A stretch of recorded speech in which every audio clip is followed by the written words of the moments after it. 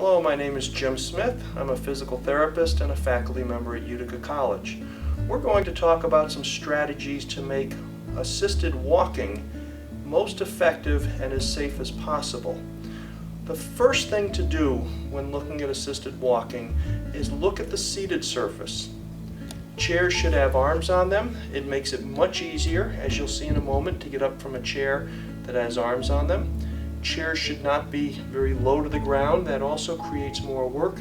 So it really takes some preparation to set the stage for effective walking by starting with a chair that will be easiest to get out of. The other thing you need to do is look at the environment in which you'll be walking. It needs to be clear, because if you have cords or wires, if you have pets moving by, that's going to increase the risk for problems as well. So I like to look at the area and know where we're going to end up and make sure that that whole path is clear. The other thing you need to do with that chair, if it's a wheelchair, it needs to be locked so that it does not roll away. If it's a chair that may have wheels or sliders on it, it needs to be backed up against a wall, because when you go to stand from the chair, if you have some difficulties with that, you're going to rely quite a lot on your arms to push up into standing. The other thing you'll see I'm using here is a guarding belt.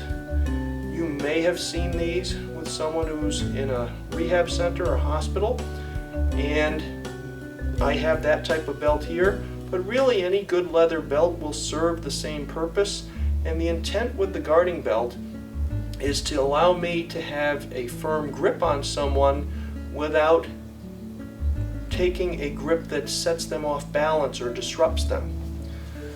We're going to start by doing some walking with a walker.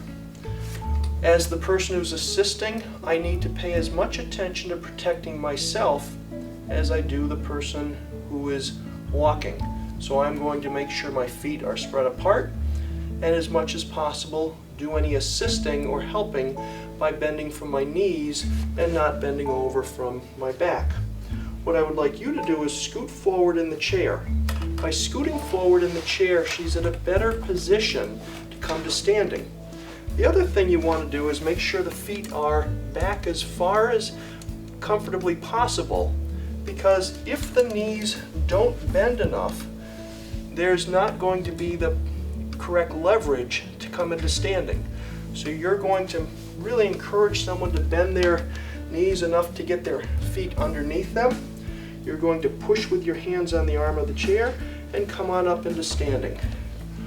Now move your hands to the walker and make sure the person is secure and stable in this position.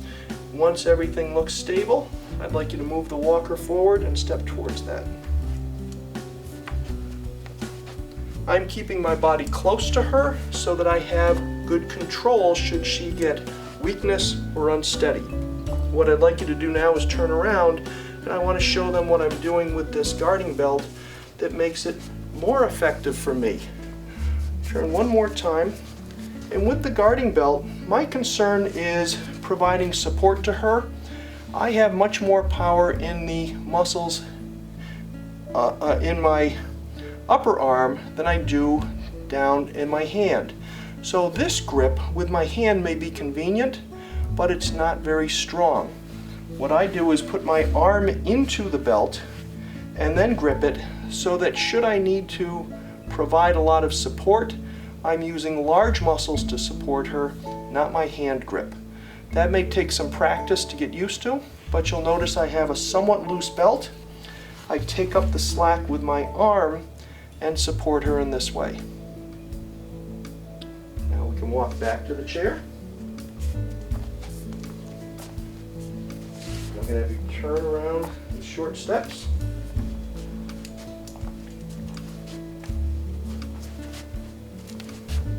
Get all the way back to the chair. Now I'd like you to reach back for the arm of the chair and let yourself sit. And now we're going to pause.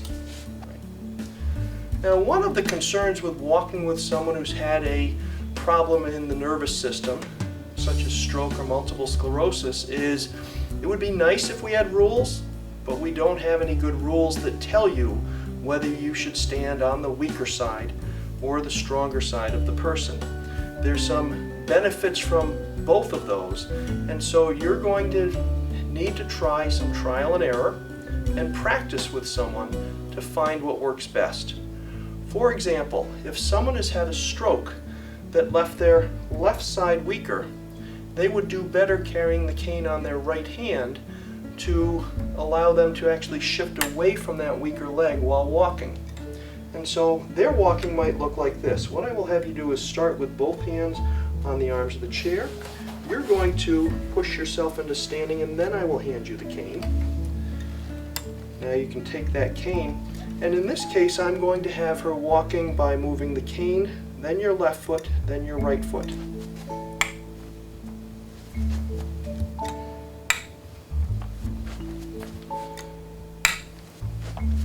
Good. And the intent with that is that should she have weakness on the left side that causes her to buckle, I may be able to support her well by pulling her towards that stronger leg that is supporting her. The other thing I can do if someone's very unsteady, although if this is really the case you may want to bring in some outside help for plans, is I can also block that knee and keep it from buckling. The same strategy can be applied on the other side, although I find this takes a bit more strength. If someone is weak on the left side, I actually have to provide that added support and lift up on them. And the reason I don't like that is I'm very concerned about the shoulder among people who've had a stroke. That shoulder has a tendency to develop a lot of pain because the muscles don't support it as well as they did before the stroke. So I try and avoid being on this position and assisting here. This may work better for someone who's got a different disorder like multiple sclerosis. If they have better strength on this side, I might grip their hand like this. So I'm bringing my hand up from below theirs, crossing our thumbs, and she can now press down on that for additional support should she need it. And this is another effective way to support someone. Unfortunately, there is not a rule. You're going to try both sides and through practice find out what works best for each individual. Another concern for people who've had stroke or other neurologic disorders is the ability to process information. When we're walking, we're interpreting what's going on by our feet. We're seeing people coming and going towards us. That can be very disruptive. So there are some people who are going to walk very well in the quiet of their own home when it's familiar and there aren't disruptions. But they may have much more trouble when they go into a public environment, such as a place of worship or a restaurant, where people are greeting them and distracting them, which actually adds to the demands of walking. In those cases, it's very helpful to have someone either take your arm or to support them, because they need to compensate for all the thought demands that accompany moving around in a public place. So I'm going to have you stand up using your hands on the arms of the chair. Go ahead and stand up. If someone needs more support, I'll have you place your hand in mine so that she can lean on me if needed for walking. Or if this is someone who walks reasonably well, but the challenge is now they are having unsteadiness or difficulty in a busy environment, it would be fine to have them take your arm and hold on to you securely so you help them recognize problems and adjust for those. So we're going to walk forward at your most comfortable pace. Very good.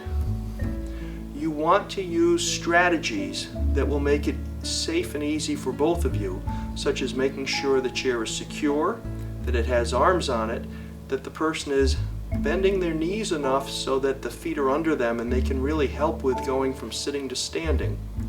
You also want to make sure that you have a secure grip to support the person. I recommend some type of belt for guarding that will allow you to help them should they become unsteady or need assistance.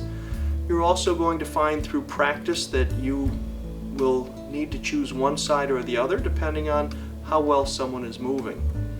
And then the concept that I encourage people to remember is that the busier or more complex the environment, the more demanding it will be on the person who is walking. And in those cases, you may need to step up and provide additional guidance and help them negotiate that environment. The other thing that comes to mind is, you'll notice while we were doing these demonstrations, I did not talk to the person a lot while they were walking. That's because my talking would actually provide a distraction from the demands of walking. There's a lot of thinking that needs to go into walking when you're using new equipment or new movement strategies because of a neurologic problem. And in those cases, allowing someone to focus and not talk about interesting things going on with them will improve their performance and improve their safety. Good luck and enjoy the walking.